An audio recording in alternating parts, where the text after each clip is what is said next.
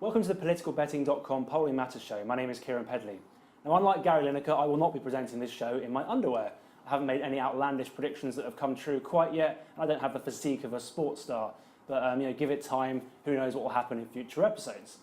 This week we're going to be carrying on our format, a new format from last week, where each of the guests chooses a topic, polling related, to talk about, and then we debate some of the issues around it. So without further ado, let me introduce my guests. Rob Vance, fellow podcaster and from Penshane-Burland. Rob, welcome back. Great to see you, Kieran.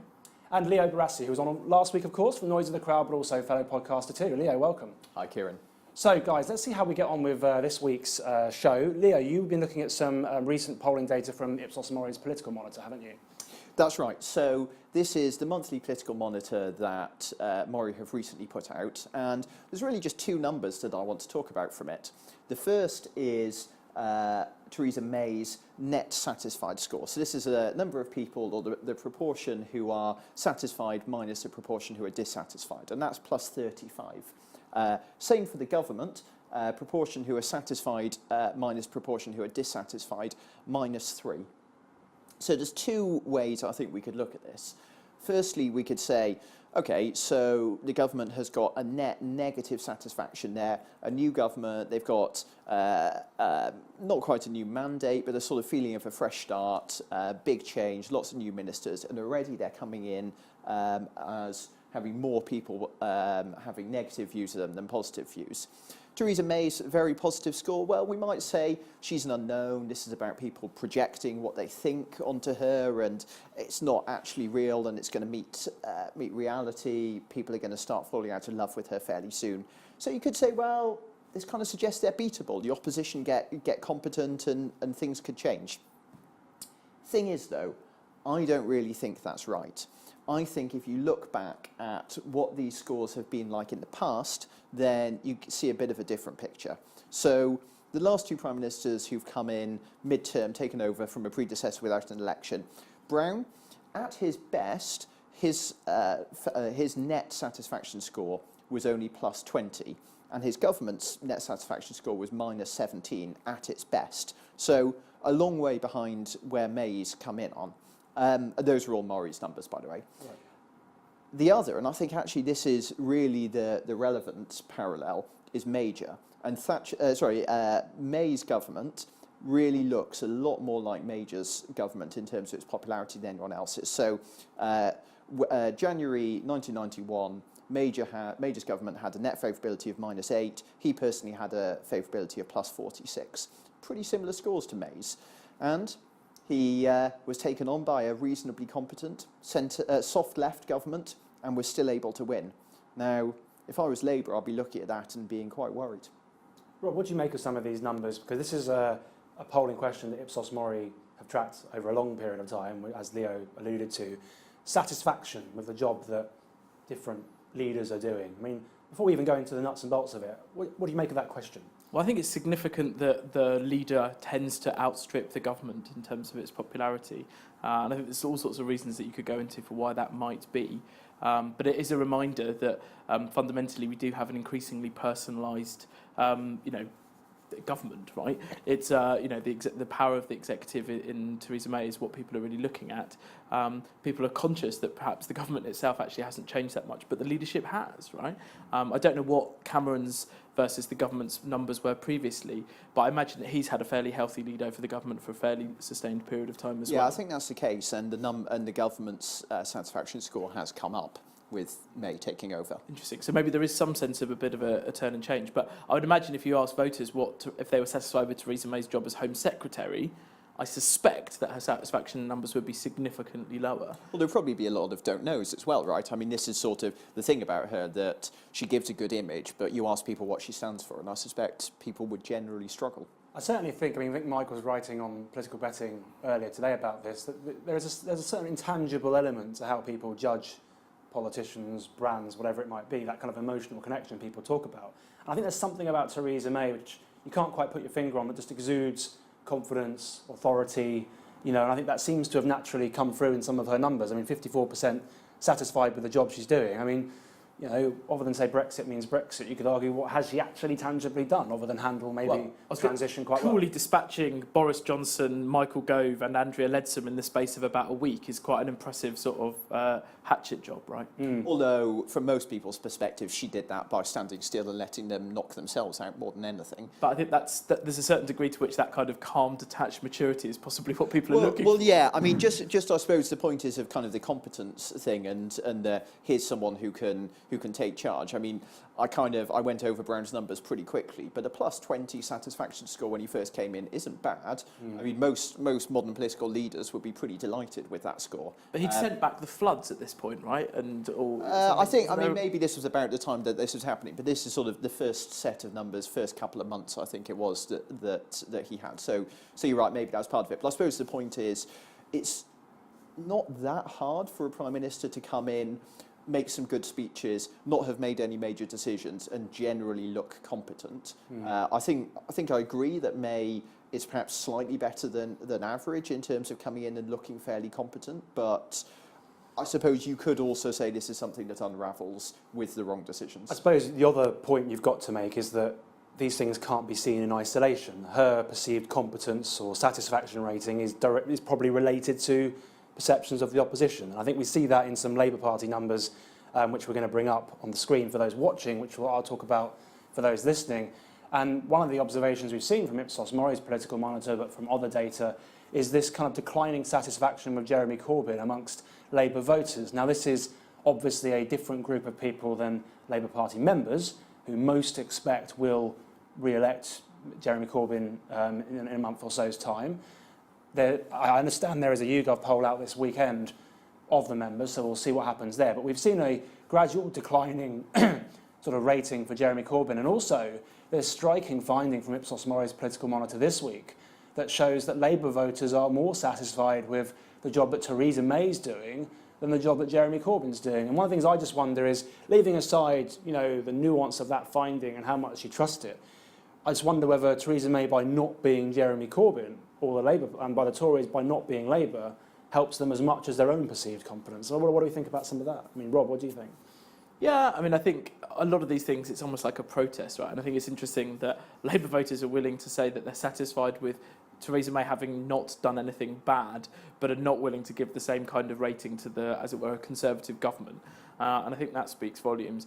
The fact that there's a net, that they're more happy with Theresa May than Jeremy Corbyn speaks to how divided, the support, the Labour Party's base is. But I kind of question what that really means. I mean, being satisfied and dissatisfied, ultimately the question is, are you going to vote for the Labour Party at the next election? To which, the numbers aren't going to be wildly different. From Presumably, by definition, these Labour supporters are people who've said that they're going to vote Labour at the next election. So these are people who say they're going to vote Labour at the next election rather than 2015 supporters. Yeah, I guess, that's right. I guess we're assuming. So the question becomes, attention and something has to change, right? Yeah, the question becomes, does that mean the Tories have further to grow? I think, bear in mind, on the Ipsos Mori political monitor, the Tories are on 45, which was huge. I mean, Labour were on, I think, 34 or 36. Both major parties looked quite high, in my opinion. But you could argue that there's space for them to grow. You could also argue this is temporary. And actually, once there is a permanent leader... I mean, Theresa May has in a sense, the most challenging inbox of any incoming Prime Minister in a pretty long time, if you ask me. You shouldn't forget that. The Brexit means Brexit. What does Brexit mean? Yeah, and it's one of those things where as soon as you start adding colour to it, you start losing people, right? I'm not convinced that there's much headroom in terms of, if you like, Brexit supporters who are suddenly going to come round to Theresa May's point of view over the coming weeks. Whereas I think there's a significant number of them who may well get dissatisfied. What about Labour supporters who voted Leave? One would imagine that would arguably be people the Conservative Party ought to be trying to target. If there is such a disconnect, I think it's hard. I think it's hard for the Conservative Party with a capital C to start going after those voters. I think there was an interesting piece in the New Statesman today, which is very much about what it culturally means to be a Labour supporter, and the kind of and Danny Finkelstein's piece in the Times about the challenges of forming the SDP and the tension between a kind of that in a sense opposition to Corbyn has two kinds within the Labour Party itself. You've got a kind of liberal bunch and you've got a kind of more northern SDP type bunch. One comes at it from the question of, that could form a kind of liberal London-based party of a sort of radical party, and one that could form a kind of northern small C conservative, but, strong on defence, pro-union, pro-public sector jobs. They're two very different kinds of groups of people. And fundamentally, I don't see either one of those being particularly winnable, if you like, for Theresa May, not least in terms of the North. I mean, the more and more people start comparing her to the Iron Lady, the less and less likely a traditional, despite being post-union, if you like, but less and less likely that those kind of communities that are still, essentially, whether you can agree or disagree about the economics, but essentially still feel scarred by the 80s experience of Thatcherism, I think it's less and less likely that they're there for the picking. Well, let's hold that thought on the UK for the moment. We'll come back to that later in the show. But Rob, for your topic, you were looking at events across the pond and some recent work by 538, weren't you? Yeah, I mean, I think this starts from the stylised fact that nobody in the last 55, 60 years has had a lead coming out of the convention. Once it's settled down a little bit, has come out with a lead in the convention and then gone on to lose the popular vote. The popular vote is important in this because those of you are familiar with the numbers will know that Al Gore, of course, won the popular vote in 2000 despite losing the Electoral College to Bush. But I think it starts out from that premise of saying so is Hillary, then is Hillary therefore inevitably going to win? And I think essentially what the argument that it's making is it's not all over yet. Whilst the probability, as this says, is pretty high. 78, we've seen it above 80 in the last week, and depending on So what is this probability? So I know 538 have a couple of different models, don't they? Yeah. So the one we've got on screen here has 78% chance of Hillary Clinton being president. But what does that actually mean? So I believe, I don't know the full mechanics off by heart, but I believe what they do is they use the polling data and also other data like regression towards the mean, so the tendency of states to go back to the kind of closer to the vote last time round to this time, economic data on jobs, manufacturing output and so on. They use all of that data to in a sense, run probabilistic models for each and every state. So, if you've got a big polling lead in the state and the jobs numbers are good in that state, then the chances are that the incumbent last time will win and so on. And they run those things over and over and over again. And if you run these thousands and thousands of times, you come up with the probability of, certain different outcomes happening. So therefore, you're able to come up with what's the probability of a tie in the Electoral College, and that's because it happens 3 times out of 30,000 simulations or whatever. And just to be clear, they have 3 models, as I understand it, on their website. So they have what would happen if there was an election tomorrow, which at the moment is overwhelmingly Clinton. The model where they only take into account the polls and don't think about economic data, and then the one that we're talking about at the moment, which is the one with the polls and also take into account things like jobs. So in this piece that Rob references, which was by Harry Ensign at 538, there was a grid in there which looked at the difference between the polling essentially after the conventions and the actual eventual result. And we've got that on screen here, which we'll share it on social media later. But there's a few that sort of jumped out at me. I mean, the last election in 2012, President Obama, the polls between the post-convention and what ended up happening didn't really move. I mean, Rob, would you say there's any that, if we look back in history, any sort of case studies that maybe Hillary Clinton should be worried about? Well, I think the ones that You mentioned George Bush, of course, but I mean... Yeah, so I think Bush being able... So 2000 is an interesting example. Al Gore going out of the convention had a 5.5% lead. I think it's fair to say that despite being the son of a former president, George Bush wasn't necessarily that well known, whereas Al Gore had been around for 8 years on everybody's screens, and so in effect the don't knows moved towards George Bush over the course of that election. Famously, Al Gore didn't use Bill Clinton to campaign for him, and various other campaigning sort of, I would argue, errors, which meant that Bush was able to squeak through, with hanging chads in Florida and the rest. So I think that's a certain warning, but I think it's fair to say that Donald Trump, without wanting to sound too sort of superstitious, Donald Trump is not, in the same position as George W. Bush.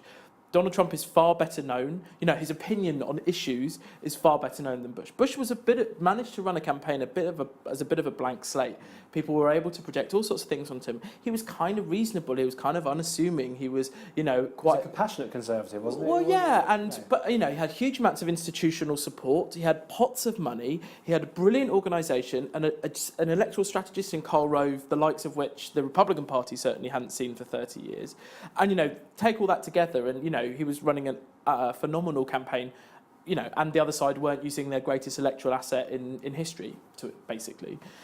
So I think it's fair to say that might not be the best comparator, but it does show that, you know, that's a fairly big jump. And of course, was the last time that you had the Democrats going for a third presidential election in a row. So a bit of a warning there. I think the one that the article pulls out as being interesting is 1968, where, you know, 68 was a chaotic time. Anybody who's read Nixonland, a fantastic book, will, you know all about, you know, the Democratic Convention in Chicago, the party split between, you know, the Students for a Democratic Society side of stuff, anti-Vietnam War, and the establishment. Hubert Humphrey as the incumbent vice president, massively unpopular, but actually after you know, literally a bloody convention with, you know, people being tear gassed in the street and shot at in Chicago, able to actually unify the party's wings, both left and right, and put in a pretty creditable performance to take Nixon really, really close in 1968. And of course, that was the third election that the Democrats were going for to win. So if anything, you know, that suggests that, you know, I think to an extent, you know, Hillary's been able to unify the party to a greater extent than people thought possible in a very, very short space of time. The number of articles being written about, you know, holdouts, you know, Bernie supporters for Trump and so on, it's kind of almost disappeared.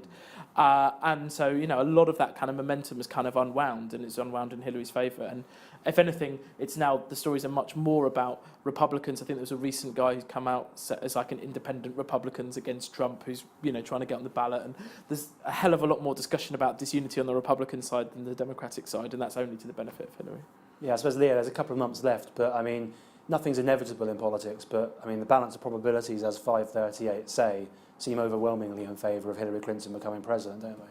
Well, it's sort of, I think it's one of those weird times where you need to make a judgment call about whether you're going to be led by the data and the models, or whether you need to apply your own analysis. And I think what 538 were doing with that article, and they're doing generally with their models, is trying to stick really quite rigorously to the data and the historical evidence. So the point of what they were saying was, look, Clinton is 7-8 points up. That is more than has ever been overcome, but only just. I mean, the 68 one Rob was talking about, the move between the convention and the election was just over 7 points. So what 538 is saying is, look, if you look historically, then actually it wouldn't be totally unprecedented for this to change. But I do think that this is one of those rare occasions where it is probably really worth taking a step back from the long-term trends and the models and saying, look, we need to think about this just in the context of what's going on at the moment. And to change an 8-point lead, you would think that Trump would need to do something very different from what he's been doing. I mean, it seems fairly clear that so far things haven't been working for him, that there's a general long-term drift away from him. But the evidence is he's not doing that. He doesn't see that. It seems that actually he's unleashing a kind of let Trump be Trump sort of campaign. And, you know, I think we have to factor that in as well as looking at these models. I'm always very sceptical of any left or right campaign when they say let X be X. I mean, it works on the TV screens maybe, but it's often a sign you're losing. I mean, I'm going to say two slightly contradictory points. The first is, I suppose, when you're looking at historic data, ultimately there must be a point at which the context of the time is so different that it's almost irrelevant. I mean, I hear some Labour people talk about Harold Wilson, for example, but that was a completely different time, different sort of demographic makeup, different type. What Labour meant at that time was completely different. And you could say the same about the Electoral College map and so on in the States. But there's one race, to completely contradict myself, that does stand out here for me that we haven't quite covered, which is 1956, which is Eisenhower's re-election. He goes in 7 points ahead after the conventions, and then he ends up winning by about 15 odd points. And I suppose the one scenario we haven't covered, the eventuality of, is that actually Hillary Clinton is, what do we say she was, 8 ahead? Yep. Ends up winning by 15, because actually it just gets worse and worse and worse for Donald Trump. And I guess we'll wait and see what happens. I suspect that won't happen just because she's relatively unpopular herself, right? But I think the other interesting thing about 56, of course, is it's a rematch of 52. Adlai Stevenson was the candidate in 52, was re-elected by the Democrats to be their candidate in 56.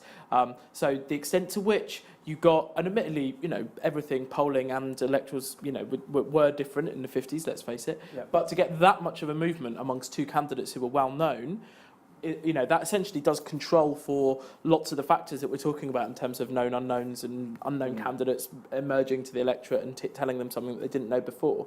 The fact that you do get an 8-point bump there suggests that stuff, whether it's the economy, foreign policy events, whatever else it might be, the kind of stuff that makes for a narrative in a campaign, other than what the candidate says and who the candidate is potentially could have a big impact. And we still see the model floating around. I mean, a number of these states are really close, and it doesn't take much to nudge a fair few of them one way or the other. Hillary Clinton could pick up Georgia and Missouri. These are states which you would have never really thought of, certainly not when she was slugging it out with Bernie Sanders, that you thought she would be that likely to win. Similarly, Florida on this projection almost looks safe, which I think anybody with any knowledge of Florida politics and just to reinforce Kieran's point, that I think on the 538 model they have it about the same chance that Trump wins as Clinton wins by the kind of landslide that you've just talked about. And also, of course, let's face it, the odds are not dissimilar to the odds of Brexit. Trump winning is not dissimilar to the odds of Brexit on the eve of the referendum. So, well, like we say, Hillary Clinton isn't such a perfect candidate that the tide can't turn.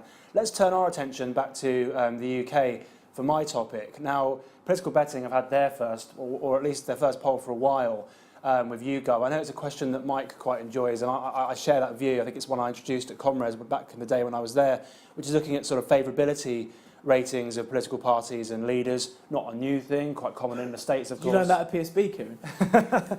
Quite common in American polling as well.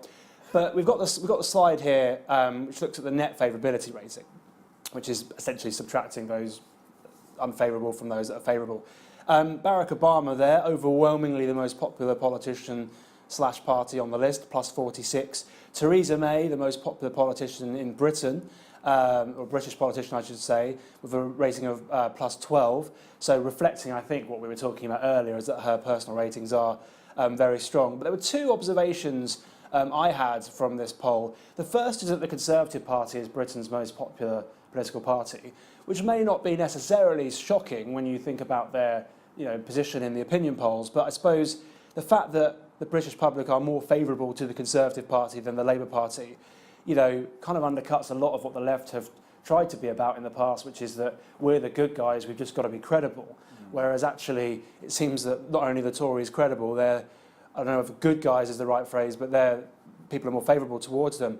And we've also got this age-old finding, which we haven't seen in polling form for a little while, but intuitively we know, which is that people are much more positive about their own local MP than MPs in general. So the net favourability rating for your MP is -2, and I think to bring some flesh to that, it was roughly a third favourable, a third unfavourable towards their sort of local MP. Given that very few MPs win a plurality win a majority in their constituency makes total sense. Yeah, but then when you look at sort of MPs, generally I think it's -54 is the net favourability rating, which means that 7 in 10 have an unfavourable view of MPs generally.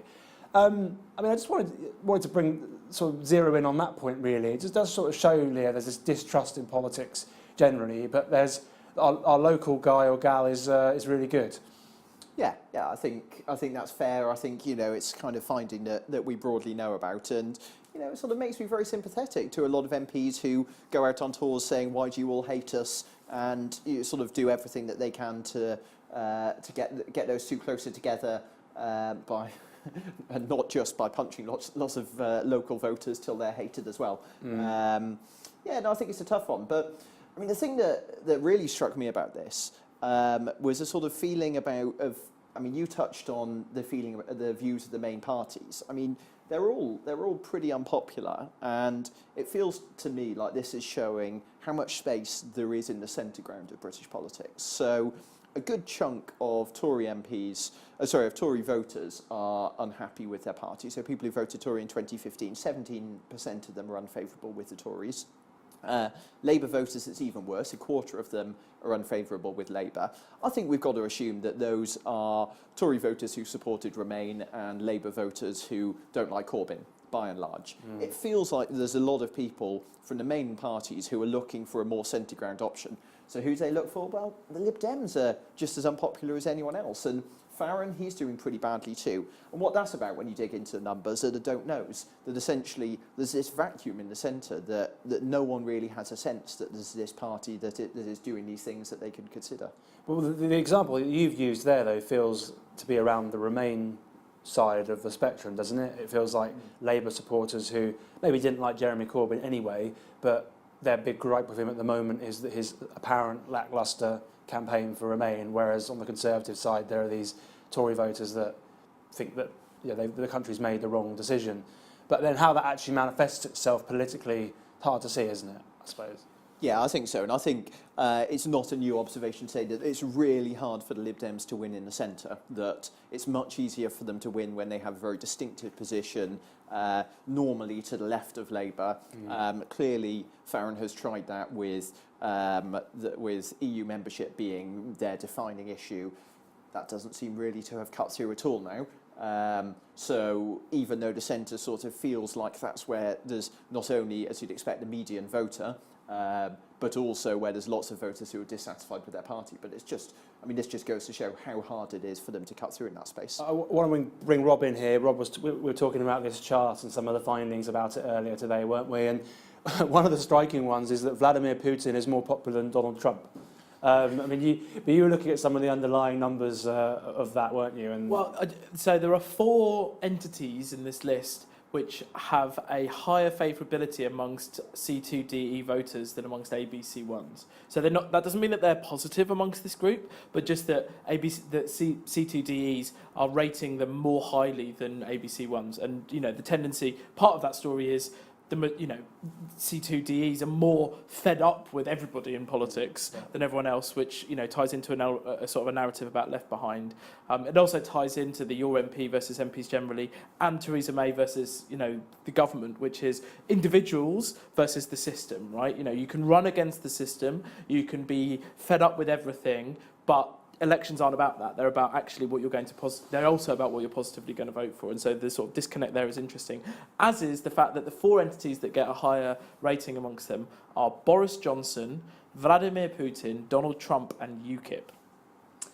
yes, and Which is kind of like a sort of a narrative tale of sort of Western European global politics in 2016, if you ask me, in terms of this great cleavage of anti-system, left behind, with a bit of a sprinkling of authoritarian foreign policy sort of thrown in for good measure. Well, UKIP voters gave Vladimir Putin and Donald Trump, I believe, higher favourability ratings than George Osborne and David Cameron. Well, this is what I mean, but this is at least part of it, right? I mean, so obviously I don't know the answer to this, but my projection on that would be these are strong, well kind of established, clear what they stand for, no nonsense kind of things, clear what they're for, clear what they're against. You might not like it, they might not be, they might be a bit Marmite.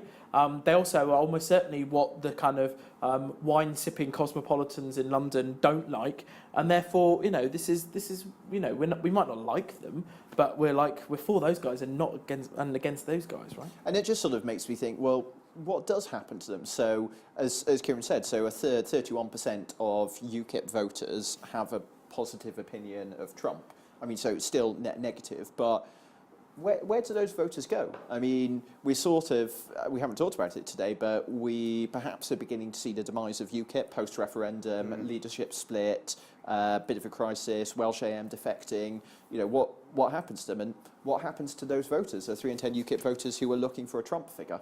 Well, we're almost. UKIP is like Farage comes back in a year's time and saves the day. He's growing a moustache, isn't he? So I think there's a cunning plan going there. So I've had to have a bit of a disguise. Let's not get into comparisons with Oswald Mosley now. Let's move on to our final topic. Last few minutes. A poll from YouGov recently, I think it was a couple of weeks old, on sort of whether past prime ministers were good or bad prime ministers. And again, you can look at this in a number of different ways, but there's the net sort of good versus poor rating, if you like. And the thing that struck me here was that when you rank David Cameron, Gordon Brown, Tony Blair, John Major and Margaret Thatcher is overwhelmingly the most popular former Prime Minister of the recent past. 43% think she did a great or good job. She has a plus 13 net rating, meaning that 43% thought she did a great or good job versus 30% that thought she was poor or terrible. And, you know, can only in theory be a good thing for Theresa May if she is portraying this Iron Lady 2 sort of mantra, if you like.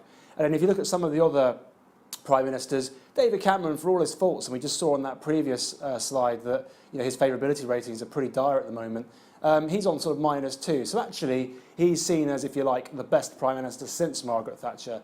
And I guess the final striking thing is that if you look at the two that stand out as particularly bad, it's Tony Blair on -28, 48% think he did a poor or terrible job, and Gordon Brown on -46, which means 55% thought he did a poor or terrible job. Seems like the Labour Party are in a bit of trouble here, doesn't it, chaps? Leo, what do you think? So I think this is so interesting. It's one of those set of numbers that just really surprised me. So, I mean, a few things about it. I was absolutely taken aback that Thatcher's score is so positive, the only one with a net positive score. I mean, certainly, you know, I've sort of grown up in a culture and an environment where I haven't heard people generally saying positive things about her, and it's not something that I had expected and find surprising. But really, I think what's going on with the Labour scores as opposed to the Tory scores is, for all the Tories, the ex-Prime Ministers have a net favourable rating amongst Tory voters. For Labour, the ex-Labour Prime Ministers, they all have a negative rating amongst Labour voters. So somehow Labour are doing a much worse job, or are just much less positive about their ex-Prime Minister than Tory voters are. I mean, the fact that Cameron has a plus 52 amongst Tory voters and Brown has a minus 25 among Labour voters is just so interesting. Yeah, and it sort of talks to this idea of government being betrayal. What does it tell you? It certainly seems like, you know, as Leo was saying, the Labour Party in a bit of trouble there. But you know, Margaret Thatcher being the legacy of Thatcher seemingly positive, at least at the moment. Yeah, well, I mean, it's just bizarre, isn't it? I mean, at each phase, Prime Minister on the steps of Downing Street, triumphant flag waving, all behind them, you know, ding dong, you know, the previous guy's dead and we've taken over with each successive wave, and then it seems to get progressively worse in terms of the historical memory. But yeah, like Leo said, I mean, the negative, the fact that that Labour voters rate John Major's Prime Ministership the same as Gordon Brown's.